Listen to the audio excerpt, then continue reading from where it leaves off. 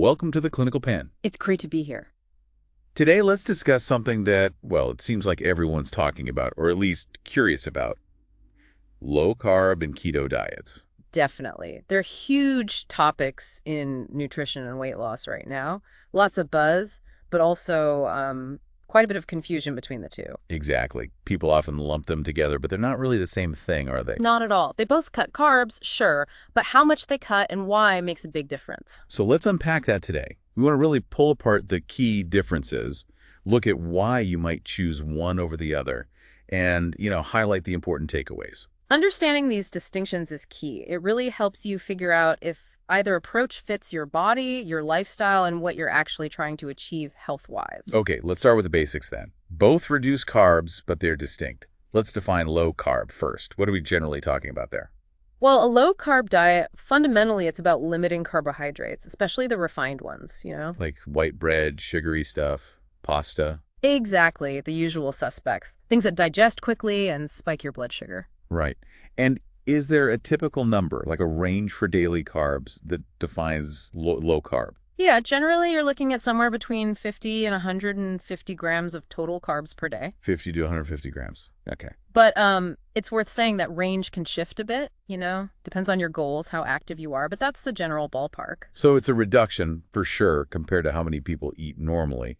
But it's not like extremely restrictive on the numbers alone. Right. It's moderate carb restriction. And another key feature is you typically see a higher protein intake compared to standard diets. And fats. Healthy fats are definitely encouraged, olive oil, avocados, nuts, that kind of thing. And maybe most importantly, there's a degree of flexibility built in. Flexibility how? Well, within that 50 to 150 gram range, you have some wiggle room. It tends to make it a bit more adaptable for people long term. Makes sense. So what kinds of foods does that translate to on the plate? The focus is really on whole foods. Lean meats, fish, eggs are big, lots of non-starchy vegetables. Like greens, broccoli. Yeah, exactly. Plus nuts, seeds, those healthy oils we mentioned. It's about getting good quality protein and fat while keeping those carbs in check. And why do people typically go for a low-carb approach? What are the main goals? Often it's about managing blood sugar. It can be really helpful for people with insulin resistance or type 2 diabetes. Okay. Weight loss is another major driver, and just generally improving metabolic health markers, things like triglycerides, cholesterol levels. All right, so that's low carb, 150 green carbs, higher protein, healthy fats, whole foods, aiming for better blood sugar, weight management, metabolic health. Got it. Pretty much, yeah. Now let's switch gears to its stricter cousin, the ketogenic diet, or keto. This one seems to have a very specific purpose. It absolutely does. Keto is a much more restrictive version of low carb, and it's specifically designed to push your body into a metabolic state called ketosis. Ketosis, that's the key word for keto, right? What exactly is ketosis? So normally your body prefers to run on glucose, which comes mainly from carbs. In ketosis, you restrict carbs so much that your body flips the switch. Flips a switch. Yeah, it starts breaking down fat, both dietary fat and stored body fat, into molecules called ketones. And those ketones become the primary fuel source, especially for your brain. Interesting. So your brain starts running on fat-derived fuel instead of sugar. Essentially, yes. And to make that switch happen, the carb restriction has to be way more intense than standard low carb. How intense are we talking? You said 50, 150 for low carb. For keto, you're typically looking at 20 to 50 grams of net carbs per day. Net carbs being total carbs minus fiber. 20 to 50 grams. Wow. Okay. That is drastically lower. It really is. For some people, it might even need to be under 30 grams to reliably stay in ketosis. It's a very tight window. That's a huge difference right there. What else defines keto besides the super low carbs? Fat intake. It's characterized by a very high fat intake. We're talking like 70 to 75% of your total daily calories coming from fat. 70 to 75%? That's massive. It is. That high fat ratio is crucial for driving ketone production. Protein is kept moderate enough to keep your muscle, but not so high it kicks you out of ketosis. Okay, so very low carb, very high fat, moderate protein. And the whole point is forcing the body into that fat-burning, ketone-producing state. Exactly. That's the core mechanism. And the goals for keto? Similar to low carb, or are there distinct ones? There's overlap, definitely. Weight loss is a big one, and some find it happens quite rapidly, at least initially. Why rapid? Partly due to losing water weight as glycogen stores deplete, but also because you're efficiently burning fat for fuel. But beyond weight loss, people often pursue keto for enhanced mental clarity and more stable energy levels. That stable energy makes sense if you're not on the blood sugar roller coaster. Right. The idea is that ketones provide a steadier fuel source for the brain, and then there are the more sort of therapeutic uses. Yes. Keto has a well-established history in treating drug-resistant epilepsy, especially in kids. That's a clinical application. Right, I've heard that. And there's ongoing research looking into its potential for other conditions, like neurological issues or things related to insulin resistance. That medical side really highlights that it's a powerful metabolic intervention, not just a diet trend. Okay, we've defined both. Let's really hammer home the key differences. Carb intake is number one. Absolutely. Low carb, 50 to 150 grams a day. Yeah. Keto, strictly 20 to 50 grams, maybe even less.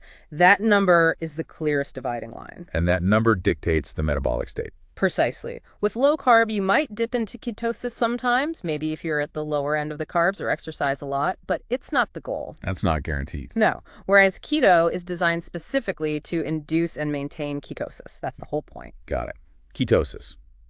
Maybe a side effect of low carb, but the target of keto. What about fat intake? You said keto's way higher. Huge difference there, too. Low carb encourages healthy fats, but it's usually a moderate amount. Keto requires very high fat intake, that's 75% of calories number, to fuel ketone production. So low carb is moderate fat, keto is high fat. Makes sense. And what about just living with them? How do they compare in terms of flexibility day to day? Low carb is generally seen as more flexible. That wider carb range means more food variety, and if you have a slightly higher carb day, it's usually not a huge deal metabolically. Easier to sustain for some people, maybe. Potentially, yes. Keto, because you have to stay below that strict carb threshold to remain in ketosis, requires much more careful tracking and discipline. It's less forgiving. Less wiggle room. Much less. Precision is key with keto. Okay, flexibility versus precision. That's a good way to put it. Now, let's talk benefits. What are the potential upsides we see with these approaches? Are there shared benefits? Yes, quite a few, largely because both reduce overall carb load and often processed food intake. Weight loss is a common benefit for both. How does that work? Reducing carbs tends to lower insulin levels. Lower insulin can signal the body to start burning stored fat for energy rather than storing it. And lower insulin also means better blood sugar control. Right. Absolutely. That's a major shared benefit. Less carbohydrate coming in means less dramatic spikes and crashes in blood glucose. This is particularly beneficial for individuals managing type 2 diabetes or insulin resistance. What about feeling hungry? Cravings? That's another area where both often help. The higher intake of protein and fat, plus the stable blood sugar, tends to make people feel fuller for longer and reduces those intense cravings, especially for sugary snacks. Makes sense. And heart health. That's always a big question with diets changing fat intake. Yeah, and the picture seems generally positive for many people. Common findings include lower triglyceride levels and often an increase in HDL, the good cholesterol, on both low-carb and keto diets. These are generally seen as favorable changes for heart health. Okay, so weight loss, blood sugar control, reduced cravings, better heart markers, those seem pretty common to both. But keto, because of the ketosis itself, might offer something extra. That seems to be the case. The benefits often specifically attributed to being in ketosis include things like increased mental focus and clarity. The brain running on ketones. Possibly, yeah. Some people report feeling sharper, more focused, and linked to that is often more sustained, steady energy levels throughout the day, avoiding that typical afternoon slump you might get after a carb-heavy meal. Steady energy and focus. I can see the appeal. And you mentioned the therapeutic angles again. Right. Beyond the established use for epilepsy, there's that ongoing research into potential benefits for other neurological conditions like Alzheimer's or Parkinson's, though more research is needed there. The thinking involves ketones, perhaps being neuroprotective or improving energy metabolism in the brain. It's really fascinating how changing your fuel source could impact brain function so directly. Now, making big diet changes isn't always smooth sailing. Where the downsides are things to watch out for. Yes, there's definitely an adjustment period. As your body adapts to using less carbohydrates, some temporary side effects are common for both diets. Like what? Fatigue, headaches, maybe some constipation as your digestion adjusts. These often happen in the first week or so. And keto has its own special welcome party, right? The keto flu. Ah, yes, the infamous keto flu. It's not the actual flu, of course, but a collection of those symptoms. Fatigue, headache, maybe nausea, brain fog, irritability, that can hit pretty hard when you first drastically cut carbs to keto levels. Sounds unpleasant. It can be, but it's usually temporary, lasting a few days to a week as your body fully switches over to using ketones. Is there anything people can do to make that transition easier? Any tips? Yeah, the standard advice is crucial. Stay really well hydrated, drink plenty of water, and electrolytes are key. Sodium, potassium. Exactly. Sodium, potassium, magnesium. When you cut carbs drastically, you can lose water and electrolytes initially, so making sure you get enough can really minimize those flu symptoms.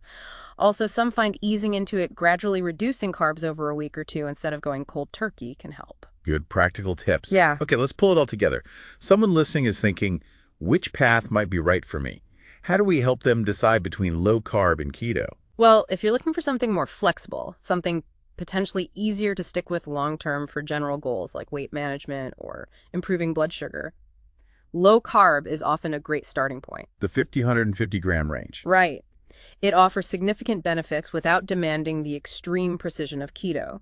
You can often fit in more food variety, maybe the occasional higher carb treat, without derailing things completely. So, solid, sustainable choice for many, perhaps. Very possibly. Now, if your goals are more specific, maybe you're aiming for faster initial fat loss, or you're really drawn to the potential mental clarity benefits, or you're exploring it for a specific medical reason like epilepsy under guidance. Then keto might be the better tool. It might be, yes, but it comes with that requirement for strict discipline and tracking. It's definitely not for everyone, and sustainability can be a challenge long term if it feels too restrictive. So it sounds like low carb is a broader tool, good for general metabolic improvements, while keto is a more specialized, intensive tool for specific, often more aggressive goals or therapeutic uses. That's a good way to summarize it. And importantly, making any significant dietary change like this, it's always wise to chat with a healthcare professional. Like a doctor or a registered dietitian. Exactly. Especially if you have underlying health conditions or are on medications, they can help you figure out what's safe and appropriate for you personally. Absolutely essential advice. This has been really clarifying. It's quite amazing, isn't it? How tweaking just one nutrient carbohydrates can lead to these two related but really distinct approaches. Low carb and keto, yeah. And how the body responds so differently, especially with that ketosis mechanism. It really makes you think about fuel, doesn't it? Not just calories, but how our bodies are designed to use different types of fuel, like ketones versus glucose, and what that means for everything from our energy levels to our brain function. It's a powerful reminder of how much nutrition impacts us on a deep metabolic level. Definitely food for thought. Well, we hope this discussion has helped clear up the landscape of low carb versus keto for you. Understanding these key differences is really the first step. Hopefully you can take this information and think about how it might apply to your own health goals or questions you've had. And please remember to subscribe to The Clinical Pen wherever you get your podcasts so you don't miss our future discussions. You can also head over to clinicalpen.com for more resources. Yes, and if you found this helpful, please share it with friends or anyone you think might be interested in understanding these diets better. Spread the knowledge. And leave us your comments or questions. We'd love to hear from you. Thanks so much for tuning in today.